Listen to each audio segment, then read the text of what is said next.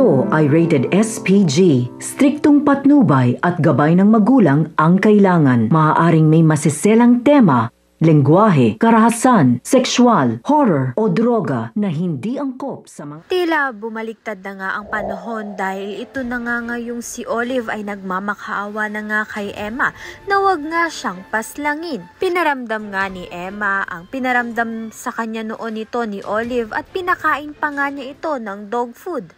Ngayon ngay alam na nga ni Olive ang pakiramdam na pinaglalaruan.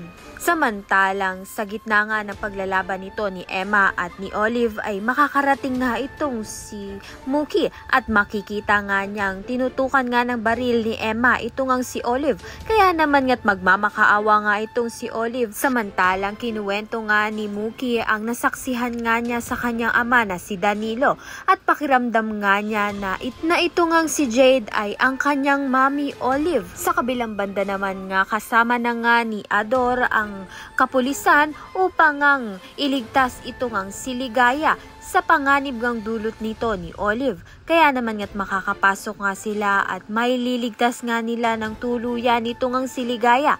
At ito ngang si Ligaya ay may bubulgar na nga ang nalalaman niyang katotohanan tungkol sa pagkatao nga nito ni Olive. Kaya naman nga't yan at iba pa ang dapat nating pakaabangan. Maraming salamat sa iyong panonood.